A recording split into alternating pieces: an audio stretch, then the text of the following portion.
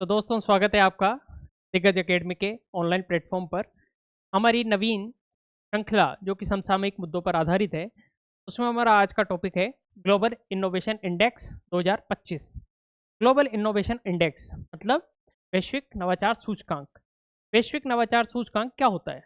वैश्विक नवाचार सूचकांक किसी भी देश के बारे में ये बताता है कि उसमें नवाचारों की क्या स्थिति है, उसमें नवाचार के लिए कितना फ्रेंडली एनवायरनमेंट है, उसमें कितने नवाचार हो रहे हैं। जैसे कि हमारे देश में जो स्टार्टअप्स का आजकल माहौल है, उस वजह से ग्लोबल इनोवेशन इंडेक्स में हमारी रैंक सुधरी है। आरपीएससी के जितने भी एग्जाम्स हैं, उनमें इंडेक्स रिलेटेड क्वेश्चन ज़रूर आते हैं, चाहे प्री में हो या मेंस में भी। हमें जब इनोवेशन संबंधी नवीन पहल जो नए नए इनिशिएटिव्स हैं उनको लिखना होगा, तो ग्लोबल इनोवेशन इंडेक्स जैसे इंडेक्स अवश्य लिखने चाहिए, क्योंकि ये हमारे कॉपी में आंसर में एक वजन पैदा करते हैं। Global innovation index, global innovation index किसके द्वारा जारी किया जाता है? ये जारी किया जाता है WIPO के द्वारा, वर्ल्ड इंटेलेक्चुअल प्रॉपर्टी ऑर्गेनाइजेशन। इसके द्वारा ग्लोबल इनोवेशन इंडेक्स जारी किया जाता है। अगर हम बात करें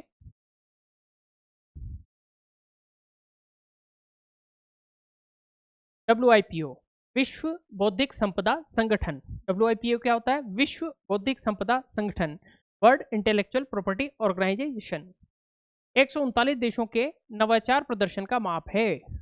हर जो भी देश हैं, 139 देश हैं, उनमें कौन सा देश कितना नवाचार कर पा रहा है, इसके प्रदर्शन का माप ग्लोबल इनोवेशन इंडेक्स के द्वारा किया जाता है। अब इसमें इसके आधार क्या क्या हैं? ग्लोबल इनोवेशन इंडेक्स के आधार क्या क्या हैं? सबसे पहला है निवेश का पैटर्न। निवेश का पैटर्न कि निवेश जो है किस तरह से आ रहा है, किस तरह से जो है उसको एडजस्ट किया जा रहा है, वहाँ पे कितनी तरह की जो है आप छूट दे रहे हैं उनको, कितना एनवायरनमेंट उनके लिए जो है फ्रेंडली है निवेश के लिए। दूसरा है तकनीकी प्रगति, कितने हमारे टेक्निकल एडवांसमेंट्स हो रहे हैं, कितने टेक्निकल एडवांसमेंट्स हो रहे हैं, वो सब काउंट करते हैं। इनोवेशंस के लिए फ्रेंडली एनवायरनमेंट तक जो है का निर्माण करते हैं।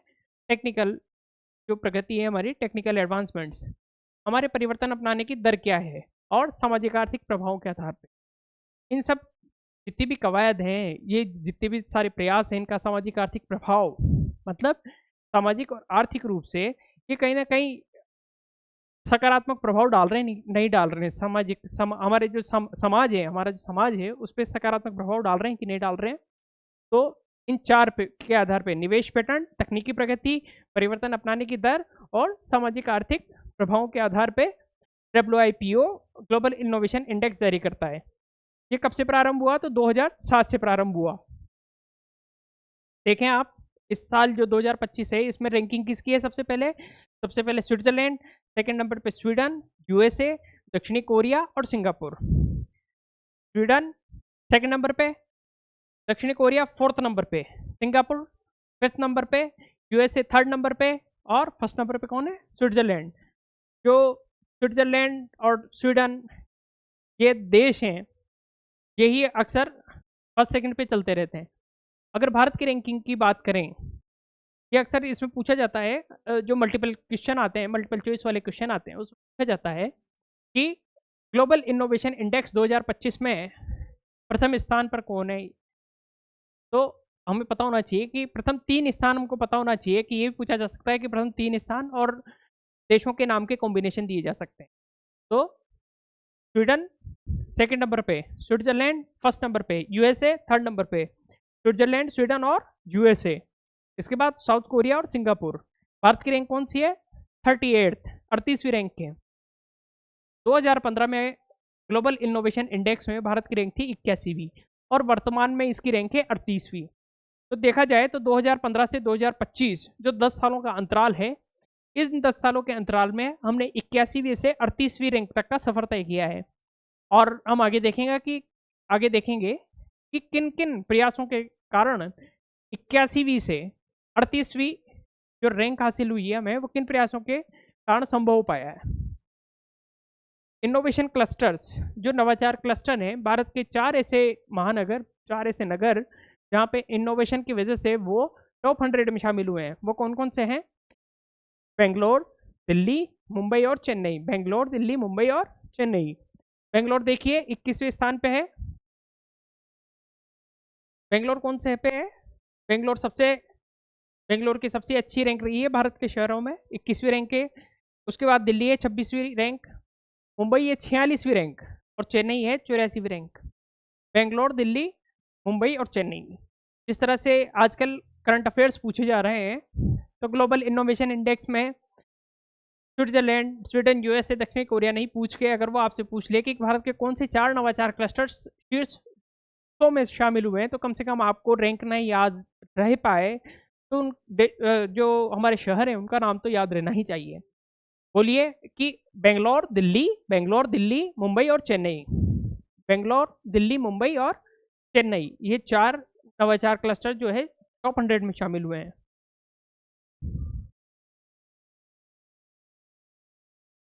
अब हम देखते हैं कि आखिरकार नवाचार में सुधार के लिए भारत के द्वारा की गई पहले कौन कौन सी इनिशिएटिव्स कौन कौन सी लिए गए हैं भारत सरकार के द्वारा।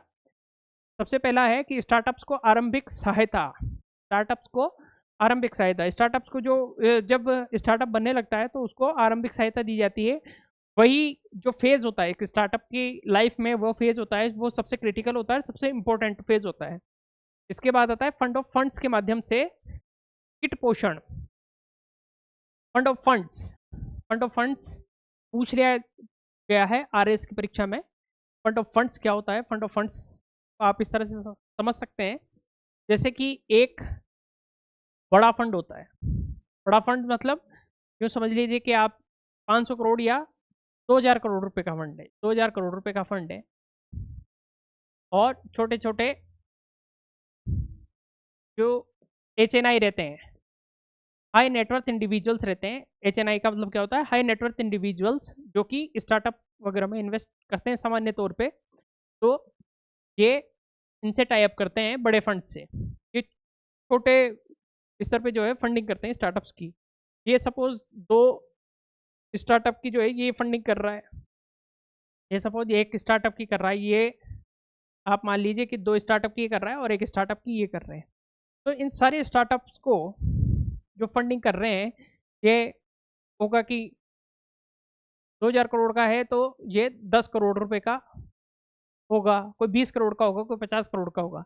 ये सब अपनी फंडिंग के लिए, जो छोटे फंड्स हैं वो अपनी फंडिंग के लिए बड़े फंड्स के साथ टाई अप करते हैं। तो ये जो बड़ा फंड है, ये सामान्यतः गवर्नमेंट के द्वारा भी सेटअप होता है और निजी तौर पर भी सेटअप हो सकता है। तो ये क्या कहलाएगा? ये कहलाएगा इन फंड्स को भी फंडिंग करने वाला फंड, मतलब फंड ऑफ फंड्स। ये क्या कहलाएगा? Fund of funds. याद रखिए, इंपॉर्टेंट टर्म है। फंड ऑफ फंड्स क्या होता है कि जो स्टार्टअप्स को फंडिंग करने वाले जो छोटे छोटे फंड्स हैं उनकी भी फंडिंग जिसके द्वारा की जाती है वो फंड ऑफ फंड्स कहलाता है। ओके, के बाद है क्रेडिट गारंटी। क्रेडिट गारंटी क्या होता है? क्रेडिट गारंटी होता है जैसे कि आपने एक स्टार्टअप स्टार्ट किया, आपके पास बिल्कुल एक फ्रेश और वाइब्रेंट आइडिया है, लेकिन आपके आइडिया में कोई इन्वेस्ट करने को तैयार नहीं है, आपके पास कोई इन्वेस्टर नहीं है। जैसे लोन भी लेने जाते हैं तो एक गारंटर मांगता है बैंक, तो उस नए आइडिया वाले आदमी के ऊपर भरोसा कौन करेगा? उसको गारंटर कैसे मिलेगा? तो सरकार द्वारा प्रयास किया गया है कि उसको क्रेडिट गारंटी दी जाए। तो इनके जो सेंटर्स होते हैं, इंक्यूबेशन सेंटर्स होते हैं, के द्वारा क्रेडिट गारंटी भी दी जाती है, जिससे कि उसको सहज वित्त की उपलब्धता उसके पास हो पाए, और उस वित्त की उपलब्धता से जब उसके पास फंडिंग हो पाती है तभी तो वो अपने स्टार्टअप को डेवलप कर पाएगा, फिर स्टार्टअप जो है यूनिकॉर्न की तरफ बढ़ पाएगा। यूनिकॉर्न भी देखेंगे, यूनिकॉर्न भी पूछा जा चुका है मेंस में, आरएस मेंस में। और कर छूट शुरुआती कुछ सालों के लिए एक स्टार्टअप को टैक्स में रिबेट दी जाती है। टैक्स में रिबेट देने की वजह से ताकि वो अपने ग्रोथ पे ध्यान दे सके। टैक्स में रिबेट क्यों दी जाती है? ताकि वो अपनी ग्रोथ पे ध्यान दे सके। इसके बाद है बहुत ही इंपॉर्टेंट मिशन, अटल इनोवेशन मिशन, AIM, जो कि 2016 से स्टार्ट हुआ। एक स्टार्टअप की जो है संस्कृति विकसित करने के लिए, स्टार्टअप का कल्चर डेवलप करने के लिए हमारे देश में 2016 में जिस मिशन की शुरुआत की गई वो मिशन था अटल इनोवेशन मिशन। अटल इनोवेशन मिशन क्या करता है कि बहुत सारे क्षेत्रों में नवाचार को बढ़ावा देता है, बहुत सारे क्षेत्रों में। और इसके अगर मुख्य आप जो इसके तत्व हैं, इसके भाग हैं, इसके कंपोनेंट्स हैं, वो हैं, एक तो है ATL और एक है AIC। ATL क्या होता है? आपने कई पढ़ रखा होगा, अटल टिंकरिंग लैब, जो कि स्कूल्स में स्थापित की गई है नवाचारों को प्रोत्साहित करने के लिए। बच्चों का जो एटीट्यूड है उनमें नवाचार संबंधी अभिवृत्ति के विकास के लिए अटल टिंकरिंग लैब, जो कि जहाँ पे साइंटिफिक एक्सपेरिमेंट्स और साइंस का ओरिएंटेशन होता है, हमारा जो बच्चों का दिमाग है वो खुलता है, तो वो स्थापित की गई है अटल टिंकरिंग लैब्स। दूसरा है अटल इंक्यूबेशन सेंटर्स। इंक्यूबेशन सेंटर, जैसा कि मैंने आपको बताया कि इंक्यूबेशन सेंटर्स क्या क्या काम करते हैं। इंक्यूबेशन सेंटर्स आप यूँ मान लीजिए कि एक स्टार्टअप के गार्जियन की तरह होते हैं, संरक्षक की तरह होते हैं। एक गार्जियन क्या काम करता है? छोटा बच्चा होता है, जैसे स्टार्टअप अभी पैदा ही हुआ है, छोटा बच्चा होता है, तो वो उसको सभी तरह का उसका जो है ऑल ओवर 360 डिग्री उसका पालन पोषण का काम किसको करना है? उसके गार्जियन को करना है। उसी तरह से इंक्यूबेशन जो सेंटर होता है, क्योंकि स्टार्टअप अपना एक आइडिया लेके आता है और बहुत सारे फील्ड्स होते हैं स्टार्टअप के, एक कंपनी के बहुत सारे फील्ड्स होते हैं, उनमें उन जो स्टार्टअप के फाउंडर्स होते हैं उनको महारत हासिल नहीं होती है, तो वो काम आउटसोर्स करने होते हैं उनको, तो वो काम आउटसोर्स करने होते हैं। आउटसोर्स कैसे करेंगे? आउटसोर्स किन किन फील्ड्स को किया जा सकता है? जैसे मैं टेक्निकली तो बहुत अच्छा हूँ, लेकिन मुझे मार्केटिंग नहीं आती, मेरे प्रोडक्ट को मुझे बेचना नहीं आता, तो मुझे मार्केटिंग के लिए मेरा प्रोडक्ट आउटसोर्स करना पड़ेगा। मेरे पास फंडिंग नहीं आ रही है, मेरे को कोई गारंटर नहीं मिल रहा है, क्रेडिट के लिए, लोन के लिए कोई गारंटर नहीं मिल रहा है, वो मैं किसके पास जाऊँगा? इंक्यूबेशन सेंटर के पास जाऊँगा कि आप मेरी मदद कीजिए, मुझे कोई मेरी जो है क्रेडिट गारंटी चाहिए, मुझे कोई गारंटर चाहिए, आप मुझे दिलवाइए। मुझे जो है अपने प्रोडक्ट की मार्केटिंग के लिए कोई आदमी चाहिए, अच्छी फर्म चाहिए जिससे मार्केटिंग कर सकूँ। मेरा जो वित्तीय लेखा जोखा है, बैलेंस शीट है, वो मेंटेन करने के लिए मुझे कोई आउटसोर्स करना होगा, तो वो ये सारी की सारी व्यवस्थाएं कौन करता है? इंक्यूबेशन सेंटर करता है। इसीलिए अटल इनोवेशन मिशन 2016 में जो स्थापित हुआ, एक नवाचार की संस्कृति को विकसित करने के लिए अटल इनोवेशन मिशन, उसके दो महत्वपूर्ण अंग, पहला अटल टिंकरिंग लैब, जो कि विद्यालय स्तर पे बच्चों का साइंटिफिक टेम्परामेंट डेवलप करता है, मतलब वैज्ञानिक दृष्टिकोण का विकास करता है, और दूसरा है अटल इंक्यूबेशन सेंटर, जो कि स्टार्टअप के लिए एक संरक्षक का काम करता है। इसके बाद तीसरी जो हमारे पास पहल है भारत सरकार की, वो है निधि। अब जिस तरह से आरपीएससी के बदलते हुए पैटर्न में एब्रीविएशंस पूछे जा रहे हैं, इस तरह की टर्म आप एक बार पढ़ भी लेंगे तो आपको लगेगा कि हमने शायद पढ़ी और शायद नहीं पढ़ी। ये निधि किससे संबंधित हो सकती है, कौन सी फील्ड से रिलेटेड हो सकती है? 4 ऑप्शन जब दिखेंगे सिमिलर से तो हम पकड़ नहीं पाएंगे, इसलिए इस तरह की टर्म्स को स्पेशली अलग से 1-2 बार लिख लिया कीजिए, ताकि अपनी स्मृति में उसके कुछ छाप रह जाए, उसके कुछ निशान रह जाए और उस वक्त याद आ सके।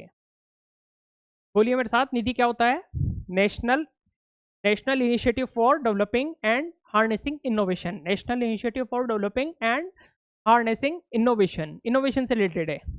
निधि किससे संबंधित है? निधि इनोवेशन संबंधित है। National initiative for developing and harnessing innovation, ये जितने भी जो सफल स्टार्टअप होते हैं उनके विचारों को बढ़ावा देने के लिए, विचारों को पोषित करने के लिए एक बड़ा कार्यक्रम चलाया गया है। बड़ा कार्यक्रम होता है जिसमें बहुत सारे कंपोनेंट्स होते हैं, सामान्यतया अम्ब्रेला कार्यक्रम भी कहते हैं।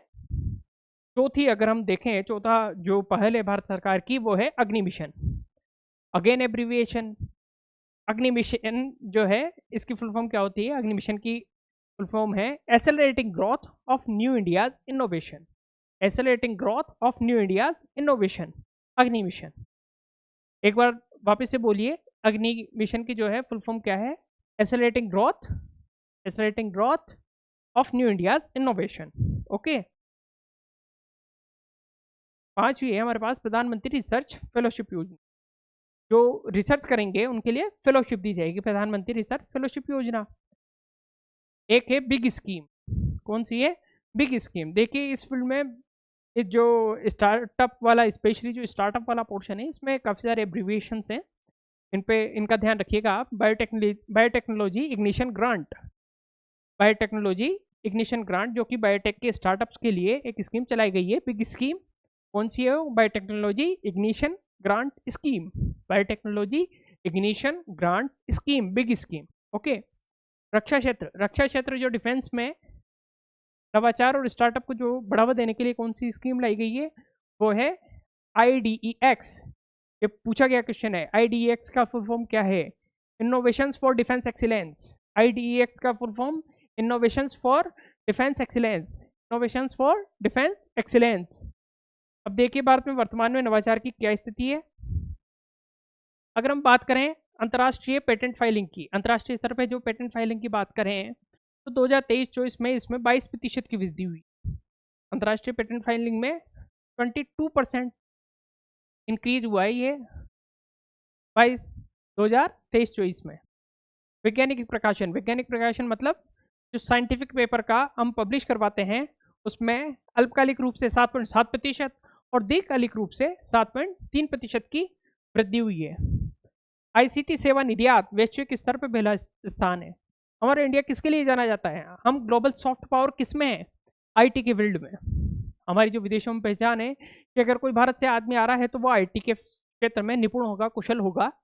ICT information communication and technology, ICT के जो सर्विस का एक्सपोर्ट कर पा रहे हैं हम, ICT के लिए जो हम आउटसोर्सिंग कर रहे हैं, यहाँ से लोग जा रहे हैं, जो स्किल्ड मैन पावर जा रही है, और वहाँ से भी जो हम यहाँ पे भारत में जो बैठे बैठे आउटसोर्सिंग हो रही है वो सेवा निर्यात हो रहा है, उसमें विश्व में पहला स्थान है भारत का, याद रखिए।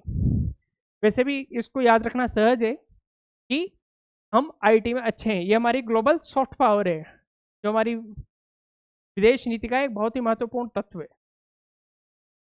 इसके बाद घरेलू बाजार का पैमाना देखा जाए तो वैश्विक स्तर पर तीसरे स्थान पर है। घरेलू बाजार का पैमाना देखा जाए तो वैश्विक स्तर पर हम 3rd प्लेस पे आते हैं। यूनिकॉर्न का मूल्यांकन, यूनिकॉर्न 11वें स्थान पे आते हैं। यूनिकॉर्न, मैंने कहा था आपको, यूनिकॉर्न एक ऐसी टर्म है जो कि हाल ही में बड़ी चर्चा में है और RS मेंस में भी पूछी जा चुकी है। इसके अलावा कई जो ऑब्जेक्टिव क्वेश्चंस जिसमें पूछे जाते हैं उन पेपर्स में तो पूछी गई है ही सही, इसके अलावा RS मेंस में पूछा गया है।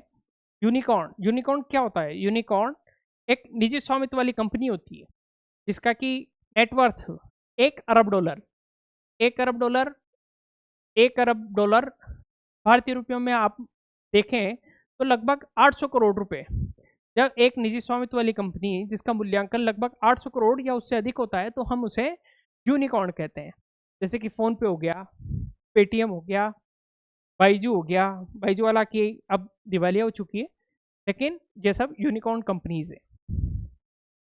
छठी पहले intangible asset intensity, intangible asset, इसमें हम 8th प्लेस पर हैं। सवाल ये उठता है कि इंटेंजिबल एसेट क्या होता है? नवाचार के क्षेत्र में इंटेंजिबल एसेट क्या होता है? इंटेंजिबल एसेट होता है जैसे कि पेटेंट, ट्रेडमार्क, ये इंटेंजिबल एसेट है, लेकिन एसेट है। अगर किसी के पास किसी दवाई का या किसी भी म्यूजिक का या किसी चित्र का या पेंटिंग का अगर उसके पास पेटेंट है तो उसका वो एसेट है, कोई भी उससे पूछे बिना उसका इस्तेमाल नहीं कर सकता, वो पेटेंट का उल्लंघन माना जाएगा।